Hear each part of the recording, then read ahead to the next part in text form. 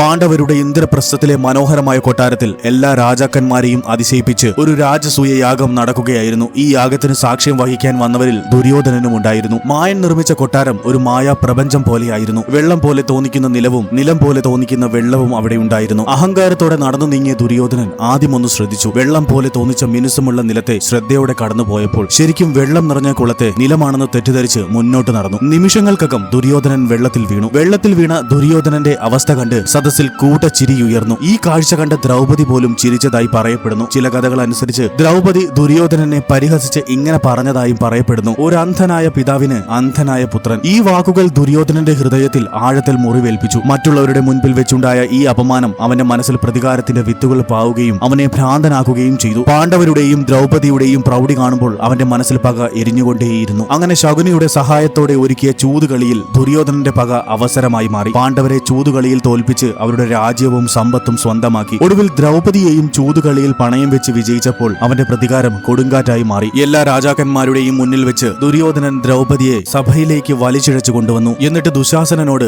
വസ്ത്രാക്ഷേപം ചെയ്യാൻ ആവശ്യപ്പെട്ടു. ദുര്യോധനന്റെ നിർദ്ദേശപ്രകാരം ദുശാസനൻ ദ്രൗപദിയെ വസ്ത്രാക്ഷേപം ചെയ്യാൻ തുടങ്ങിയപ്പോൾ ആ സമയത്ത് നിസ്സഹായയായ ദ്രൗപദി ഭഗവാൻ ശ്രീകൃഷ്ണനെ മനസ്സിൽ വിളിച്ച് പ്രാർത്ഥിച്ചു. തുടർന്ന് ശ്രീകൃഷ്ണന്റെ അനുഗ്രഹത്താൽ ദുശാസനൻ എത്ര വലിച്ചിട്ടും തീരാത്ത വിധത്തിൽ ദ്രൗപദിയുടെ വസ്ത്രം നീണ്ടുവന്നു. ഈ രംഗം ദുര്യോധനനെയും കൂട്ടരെയും ലജ്ജിപ്പിക്കുകയും സഭയിലുണ്ടായിരുന്നവരെ അത്ഭുതപ്പെടുത്തുകയും ചെയ്തു. ദുര്യോധനന്റെ ഈ പ്രതികാരമാണ് മഹാഭാരത യുദ്ധത്തിന് വഴി തുറന്നത്. കഥ ഇഷ്ടമായാൽ ലൈക്ക് ആൻഡ് സബ്സ്ക്രൈബ് ചെയ്യൂ. ഓം നമോ ഭഗവതേ വാസുദേവായ. ജയ് ശ്രീ രാധാകൃഷ്ണ. രാധേ രാധേ.